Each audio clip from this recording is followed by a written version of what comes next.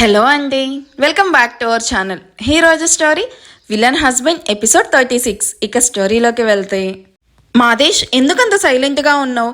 నేను మన పిల్లల ఫ్యూచర్ గురించి ఆలోచించి నా డెసిషన్ చెప్పాను. అండ్ నాన్న చెప్పినట్టు పెళ్ళంటే ఇద్దరు మనుషులు కలవడం కాదు, రెండు కుటుంబాలు కలవడం. అండ్ ఇక్కడ నీ కొడుకు కూతురు మాత్రమే మాయాజయులను పెళ్లి చేసుకోవాలని ఆశపడుతున్నారు. బట్ మాయాజైలు క్లియర్గా చెప్పారు వాళ్ళంటే ఇష్టం లేదు అని.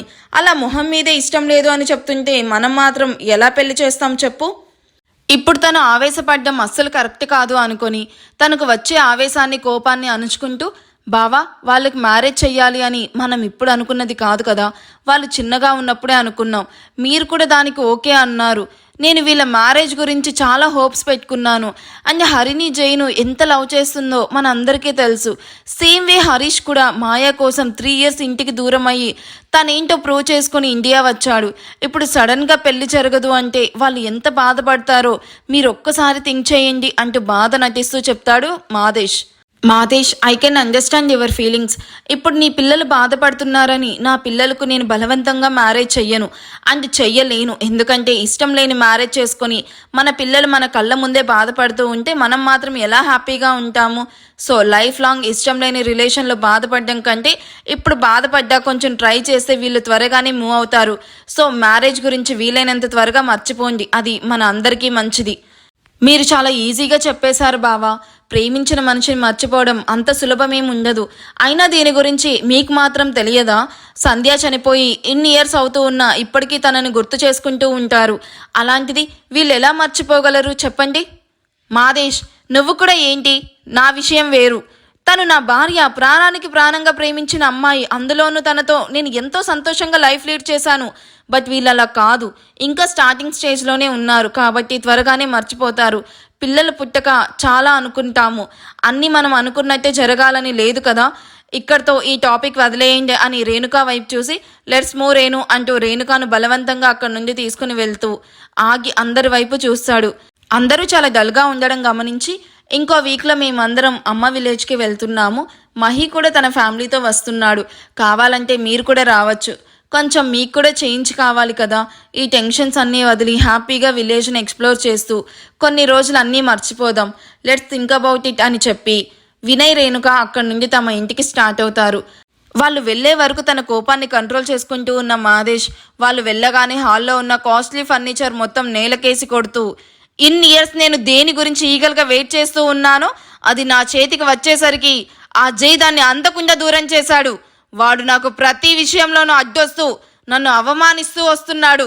వాడిని చంపేస్తే తప్ప నాకు మనశ్శాంతిగా ఉండదు అని ఆవేశంగా అరుస్తూ ఉంటాడు మాదేశ్. డాడ్ ఏంటిది అని మాదేశ్ కోపాన్ని ఆపడానికి ట్రై చేస్తూ ఉన్న హరీష్ హరిణిలను పక్కకు తోసి తన కోపాన్ని మొత్తం ఫర్నిచర్ మీద చూపిస్తూ దాన్ని ముక్కలు ముక్కలు చేసి కళ్ళల్లో నిప్పులు కురిపిస్తూ కోపంగా కౌచ్లో కూర్చొనున్న మాదేశ్ వైపు చూసిన శ్వేత, ఏంటండి ఈ ఆవేశం? వాళ్ళకి ఇష్టం లేదు అని మొహం మీదే చెప్తుంటే సిగ్గు లేకుండా సంబంధం గురించి ఎలా మాట్లాడతాం? జరిగింది ఏదో జరిగిపోయింది, ఇక మీరు కూడా దాని గురించి వదిలేయండి అంటూ మాదేశ్ని కన్విన్స్ చేయడానికి ట్రై చేస్తుంది. షటప్ శ్వేత, అసలు ఏం మాట్లాడుతున్నావు నువ్వు అని ఆవేశంగా పైకి లేచి, అంత ఈజీగా మర్చిపోవడానికా నేను ఇంత కష్టపడింది? నా 27 సంవత్సరాల కష్టం ఇది. ఆ జై వల్ల నా కళ్ళలన్నీ కళ్ళలుగా మిగిలిపోతాయంటే దీనికి నేను ఎప్పటికీ ఒప్పుకోను. ఆ ఆస్తి మొత్తం నా చేతికి రావాలి. అప్పుడే ఇన్నాళ్ళు నేను పడ్డ కష్టానికి ప్రతిఫలం ఉంటుంది. అయినా చూస్తూ చూస్తూ కొన్ని వేల కోట్ల రూపాయలు ఎలా వదులుకోమంటావు? ఇందుకేనా నేను ఇన్ని ప్లాన్స్ చేసింది అంటూ శ్వేత వైపు కోపంగా చూస్తూ, ఈ ఆస్తి కోసమే సొంత భావాన్ని కూడా చూడకుండా ఆ వినయ్కి యాక్సిడెంట్ జరిగి చైర్లో పర్మనెంట్గా కూర్చునేలా చేశాను. ఆస్తి కోసం భావని రేణుకాని చంపడానికి కూడా నేను రెడీ అనగానే ముగ్గురు షాక్ అవుతూ వాట్ అంటూ ఒకేసారి రియాక్ట్ అవుతారు. ఏంటి షాక్ అయ్యారా అని ముగ్గురు వైపు చూస్తూ, అసలు రేణుకాకి వినయ్తో మ్యారేజ్ జరిపిందే వాడి ఆస్తి కోసం. ఇన్నాళ్ళు కుక్కలా వాడు చెప్పిన ప్రతీది చేస్తూ మాటకు ముందు మాట చివర బావగారు బావగారు అని రెస్పెక్ట్ ఇస్తూ వాడికి భజన చేస్తుంది. వాడి మీదున్న గౌరవంతో కాదు, వాడి వెనుకున్న ఆస్తి కోసం. వాడి ఆస్తి మీద నా కన్ను పడ్డప్పుడే డిసైడ్ అయ్యాను ఎలాగైనా అది నా సొంతం కావాలి అని. అందుకే మాస్టర్ ప్లాన్ చేసి మరి ముందు ఆ సంధ్యను యాక్సిడెంట్ పేరుతో చంపేసి పార్ట్నర్షిప్ పేరుతో వాడి ఫ్యామిలీకి దగ్గరయ్యి రేణుకాతో పెళ్లికి ఒప్పించి నాకు ప్రతి క్షణం అడ్డొస్తున్న మహదీర్ కాన్సన్ట్రేషన్ డైవర్ట్ చేయడానికే ప్రతాప్ వైఫ్ శారదాను హార్ట్అటాక్ పేరుతో చంపేశాను. వినయ్ విషయంలోనూ అంతే. నాకు అడ్డొస్తున్నాడని చంపేయాలి అనుకున్నా, కానీ లాస్ట్ మినిట్లో ప్లాన్లో కొన్ని చేంజెస్ చేసి వాణ్ణి వీల్ చైర్కి పరిమితం చేశా అని క్రూరంగా నవ్వుతూ, ఇంతమందిని మోసం చేసింది ఆ ఆస్తి కోసం, అలాంటిది ఆ ఆస్తిని నేను వదులుకోవడమా? నెవర్. ఏం చేసైనా సరే ఆ ఇద్దరిని జై మాయా నా ఇంటికి కోడలు అల్లుడిగా చేసుకుంటాను అని స్థిరంగా చెప్తాడు. మాదేశ్ ఎప్పుడు తన పాస్ట్లో చేసిన విషయాల గురించి హరిని హరీష్ల ముందు డిస్కస్ చేయకపోవడంతో మాదేశ్ గురించి తన మాటల్లో తెలుసుకుంటున్న వీళ్ళకి 5 నిమిషాలు పడుతుంది షాక్ నుండి తేరుకోవడానికి. ముందుగా తేరుకున్న హరీష్, బట్ డాడ్ వాళ్ళకి మేమంటే ఇష్టం లేదు అని క్లియర్గా చెప్పారు కదా, మరి అలాంటి వాళ్ళు మమ్మల్ని ఎలా మ్యారేజ్ చేసుకుంటారు? మిమ్మల్ని చేసుకోనని చెప్పిన వాళ్ళ నోటితోనే మీతో మ్యారేజ్కి ఒప్పుకునేలా నేను ప్లాన్ చేస్తాను. అప్పటి వరకు మీ ఇద్దరు ఆ ఇద్దరితో ఫిజికల్ డిస్టెన్స్ మెయింటైన్ చేస్తూ వాళ్ళతో జస్ట్ ఫ్రెండ్స్లా మూవ్ అవ్వండి చాలు. మీరు చేంజ్ అయ్యారని పూర్తిగా వాళ్ళు నమ్మాలి. ముఖ్యంగా ఆ జై, వాడు చాలా ఇంటెలిజెంట్ కాబట్టి వాడిని మనం నమ్మిస్తే చాలు. ఆ ఫ్యామిలీని మేనేజ్ చేయడం పెద్ద కష్టమేమీ కాదు. మీరు వాళ్ళకి సారీ చెప్పి జస్ట్ ఫ్రెండ్స్లా ఉందామని మీరు మారిపోయినట్టు కలరింగ్ ఇవ్వండి చాలు. మిగతా కథను మీ వెనక నుండి నేను నడిపిస్తాను అని సైకిక్గా నవ్వుతూ, రే జై, నన్నే దూరం పెట్టాలని చూస్తావా? చూస్తూ ఉండు. నిన్ను నీ ఆస్తిని ఎలా నా గుప్పెట్లోకి లాక్కుంటానో. నా నుండి ఎవడ్రా మిమ్మల్ని సేవ్ చేసేది అని క్రూరంగా నవ్వుతూ తన ప్లాన్ ముగ్గురికి క్లియర్గా ఎక్స్ప్లెయిన్ చేస్తూ ఉంటాడు మాదేశ్.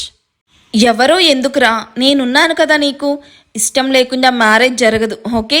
నువ్వు ఇంకేం థింక్ చెయ్యకు. Just concentrate on your studies. ఇంట్లో ఇంకెప్పుడు మ్యారేజ్ టాపిక్ తీయకుండా నేను చూసుకుంటాను. వెళ్ళి రెస్ట్ తీసుకో మాయా. 2 days నుండి ఆ దెయ్యాలతో తిరిగి బాగా టైర్డ్ అయ్యావు. నీ ఫేస్లో ఆ టైర్డ్నెస్ క్లియర్గా కనిపిస్తుంది అని మాయా తన రూమ్కి వెళ్ళమని చెప్తాడు జై. మాయాకి కూడా ఇందాక జరిగిన గొడవకి అండ్ 2 days నుండి స్లీప్ కూడా బాగా తక్కువ అవ్వడంతో బాగా హెడేక్గా అనిపించడంతో, యా అన్నయ్య, ఫీలింగ్ స్లీపీ, గుడ్ నైట్ అని సోఫా నుండి లేస్తూ తన రూమ్కి వెళ్ళడానికి పైకి వెళ్తూ ఉన్న మాయాకి ఆగు అంటే ఇంట్లోకి రావడంతోనే గట్టిగా అరుస్తూ వస్తుంది రేణుక వాయిస్కి మొబైల్ చూస్తూ ఉన్న జై, తన రూమ్ వైపు వెళ్తూ ఉన్న మాయ ఇద్దరు గుమ్మం వైపు చూడగా వినయ్ను వీల్ చైర్లో లోపలికి తీసుకుని వస్తూ సీరియస్గా చూస్తూ కనిపిస్తున్న రేణుకాని చూసి ఇద్దరు ఒకరినొకరు చూసుకొని రేణుక వైపు చూస్తారు. వినయ్ను తీసుకుని వచ్చి హాల్లో వదులుతూ, హరీష్ అంటే ఇష్టం లేదని ఎందుకు చెప్పావే? వాడు నీకోసం ఎంత చేంజ్ అయ్యాడో తెలిసి కూడా వాడిని ఎలా బాధ పెట్టాలనిపించింది మాయా అని సీరియస్ అవుతూ మాయాను కొట్టబోతూ ఉన్న రేణుకాని చూసి ఇద్దరి మధ్యలోకి అడ్డుగా వచ్చి నిల్చుకుంటాడు జై అని అసహనంగా పిలుస్తూ, అడ్డు తప్పుకో, దీనికి మొండితనం డే బై డే పెరిగిపోతుంది. నా మాట కొంచెం కూడా కేర్ చేయకుండా ఇష్టం వచ్చినట్టు బిహేవ్ చేస్తుంది. అరే, లైఫ్ మీద కొంచెం కూడా సీరియస్నెస్ లేదు. మీ అందరి గారాబం వల్లే ఇది ఇలా బిహేవ్ చేస్తుంది. 4 దెబ్బలు పడితే తప్ప మాట వినేలా లేదు అంటూ మాయా వైపు కోపంగా చూస్తూ ఉంటుంది. రేణు, మాయాని ఏమీ అనుకో అని కారులో వస్తున్నప్పుడే చెప్పాను. ఎందుకు అనవసరంగా తనని హర్ట్ చేస్తావు? ఇందులో తన తప్పేముంది చెప్పు. ప్లీజ్ వినయ్, మీరు ఇలా మాట్లాడకండి. మీరందరూ అలా సపోర్ట్ చేసి నెత్తికెక్కించుకోవడం వల్లే తను ఇలా తయారైంది అని మాయా వైపు చూస్తూ ముందుకు వెళ్తున్న రేణుకాను ఆపుతూ, అమ్మా ప్లీజ్ కామ్ డౌన్. ఎంతసేపు మీ అన్నయ్య మీద ప్రేమతోనే కాదు, నీ కూతురు భవిష్యత్తు గురించి కూడా కొంచెం థింక్ చేయి అంటూ రేణుక చేయి పట్టుకొని సోఫాలో కూర్చోపెట్టి తను కూడా పక్కనే కూర్చోమని మాయా వైపు చూసేసరికి తను కోపంగా స్టెప్స్ ఎక్కుతూ వినయ్ పిలుస్తూ ఉన్నా ఆగకుండా తన రూమ్కి వెళ్ళి డోర్ లాక్ చేసుకుంటుంది. చూస్తున్నావా జై, నీ చెల్లి పొగరు అంటూ మాదేశ్ ఇంట్లో మాయా హరీష్కి నో చెప్పడం గుర్తు చేసుకుంటూ కోపంగా అంటున్న రేణుకా చేతిని తన 2 చేతుల్లోకి తీసుకొని, అమ్మా మాయాతో పాటు నేను కూడా హరిణికి నో చెప్పాను, మరి నన్నేమనడం లేదు, మాయాను మాత్రమే ఎందుకంటున్నావు?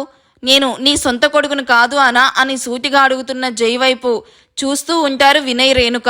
చెప్పమ్మా, మాయాను మాత్రమే అలా నో చెప్పిందని, తన బిహేవియర్ రాంగ్ అని అరుస్తూ ఉన్నావు అంది తిడుతూ ఉన్నావు. మరి నేను మీ అన్నయ్య మాదేశ్ని తిట్టాను కూడా, మరి నన్ను ఒక్క మాట కూడా ఎందుకు అనడం లేదు? జై, ఇంకెప్పుడు నువ్వు మాయా నాకు వేరువేరని చెప్పకు. మీరిద్దరూ నా ప్రాణం. ఇన్ఫ్యాక్ట్ దానికంటే నువ్వంటేనే నాకు ప్రేమ ఎక్కువ అని జై చేతి మీద తన మరో చేయి వేస్తూ, నేను ఎప్పుడైనా మీ ఇద్దరి మధ్య డిఫరెన్స్ చూపించానా చెప్పు? ఐ నో జై, నువ్వేం చేసినా కరెక్ట్గానే చేస్తావు, అందుకే నిన్ను క్వశ్చన్ చేయలేదు తప్ప నువ్వు ఎలా వెళ్తే నాకేంటి అని కాదు అంటూ బాధ నటిస్తూ చెప్తుంది. నా మీద ఇంత ట్రస్ట్ పెట్టుకున్నావు, మరి మాయాని ఎందుకు నీ మాటలతో హర్ట్ చేస్తున్నావు? మాయాకి హరీష్ అంటే ఇష్టం లేదు. తను అంత కాన్ఫిడెంట్గా చెప్తుంటే నువ్వు ఫోర్స్ చేయడం నాకు ఏమాత్రం నచ్చడం లేదమ్మా. మాయాకి ఇష్టం లేనిది ఏది కూడా ఈ ఇంట్లో జరగకూడదని ఎప్పుడో చెప్పాను. అలాంటిది మాయా లైఫ్ గురించి నేను ఇంకెంత కేర్ఫుల్ అని క్లారిటీగా ఉంటాను, నువ్వే చెప్పు. తనకే కాదు, నాకు కూడా ఈ మ్యారేజ్ ప్రపోజల్ నచ్చలేదు. ఇంకెప్పుడు ఈ ఇంట్లో ఈ ప్రపోజల్ గురించి నేను వినకూడదు అని అప్పటి వరకు కూల్గా మాట్లాడుతూ ఉన్న జై వాయిస్లో బేస్తో కూడిన సీరియస్నెస్ కనిపించడంతో రేణుక తనకి తెలియకుండానే సరే అన్నట్టు టీచర్కి భయపడ్డ స్టూడెంట్ లాగా తల ఊపడం చూసి వినయ్ ఎవరికి కనిపించకుండా తనలో తానే నవ్వుకుంటూ ఉంటాడు. గుడ్, జరిగిన చెత్త గురించి మర్చిపోయి వెళ్ళి పడుకోండి, గుడ్ నైట్ అమ్మా అని పైకి లేచి వినయ్ ముందు నీల్ డౌన్ చేసి కూర్చొని తన కళ్ళల్లోకి చూస్తాడు. ఎప్పటిలాగే వినయ్ తనను చూసి మొహం తిప్పుకోవడంతో అది ముందే ఎక్స్పెక్ట్ చేసిన జై పెద్దగా రియాక్ట్ అవ్వకుండా, నేను మీకు ఇష్టం లేని కొడుకునే అయ్యుండొచ్చు, బట్ బాధ్యతలు గాలికి వదిలేసి తిరిగే బేవస్ని మాత్రం కాదు. మీ కూతురు లైఫ్ గురించి మీరు టెన్షన్ అవ్వకండి. మాయా ఇష్టపడ్డ పర్సనే తన లైఫ్లోకి తీసుకుని వస్తాను, ట్రస్ట్ మీ. లోపలే మాయా ఫ్యూచర్ గురించి టెన్షన్ పడుతూ ఉన్న వినయ్కి జై మాటలు తెలియని ధైర్యం ఇవ్వడంతో మనసులో జైలో చేంజ్కి హ్యాపీగా అనిపిస్తూ అది బయటకు చూపించకుండా, రేణు ఇరిటేషన్గా ఉంది, నన్ను రూమ్లోకి తీసుకుని వెళ్ళు అని గంభీరంగా చెప్తాడు. అప్పటి వరకు ఊపిరి బిగబెట్టుకుని ఇద్దరు వైపు చూస్తూ ఉన్న రేణుక ఏంటిది తండ్రి కొడుకు కలిసిపోయేలా ఉన్నారు అని టెన్షన్గా చూస్తూ ఉంటుంది. వినయ్ జై మాటలు వినడానికి కూడా ఇష్టపడడం లేదని వినయ్ బిహేవియర్ని చూసి లోపలే నవ్వుతూ పైకి మాత్రం, అది కాదండి, జై మీతో మాట్లాడుతున్నాడు కదా, మీరు కూడా మీ పంతాన్ని వదిలి తనతో మాట్లాడండి, చెప్పింది చెయ్యరేను అని సీరియస్గా అంటున్న వినయ్ వాయిస్కి జైనే పైకి లేచి అమ్మ వెళ్ళి ఫ్రెష్ అయ్యి పడుకోండి, గుడ్ నైట్ అని చెప్పి ఫాస్ట్గా తన రూమ్లోకి వెళ్ళిపోతాడు. అది చూసిన రేణుక కన్నింగా నవ్వుకుంటూ, మీ ఇద్దరిని జన్మలో కలవనివ్వను జై, నువ్వు ఎప్పటికీ మీ నాన్న దృష్టిలో చెడ్డవాడిలానే ఉండాలి అని నవ్వుకుంటూ ఏదో ఆలోచిస్తూ ఉన్న వినయ్ను రూమ్లోకి తీసుకుని వెళ్తుంది. తన రూమ్లోకి వెళ్ళిన జై బెడ్ మీద కూర్చొని తలలోకి వేలు దూర్చి కళ్ళు మూసుకొనున్న జైకి వినయ్తో ఉన్న బ్యూటిఫుల్ మెమరీస్తో పాటు తను ఇలా చేంజ్ అవ్వడానికి కారణమైన డేస్ కూడా గుర్తురాగానే జై కళ్ళు ఎర్రగా మారుతాయి. ఉన్నట్టుండి జైకి చెమటలు పట్టడంతో పాటు నరాలు పైకి ఉబ్బుతూ ఫుల్ ఏసీలో ఉన్నా కూడా జైకి చాలా సఫికేటింగ్గా అనిపిస్తూ ఉంటుంది.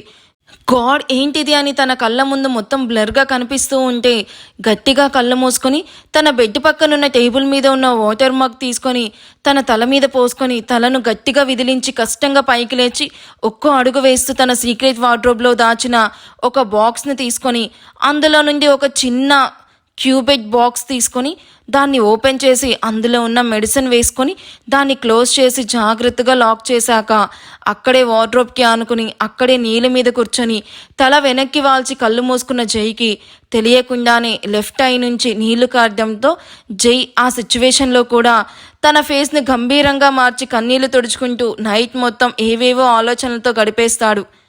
అసలు జై ఎందుకలా బిహేవ్ చేస్తున్నాడో ఎవరైనా చెప్పగలరా? Any guesses? ఈ ఎపిసోడ్ ఎలా అనిపించిందో నాకు కామెంట్ చేయండి. వీడియో నచ్చితే ప్లీజ్ లైక్ చేయడం మర్చిపోకండి. Thank you for watching. Bye.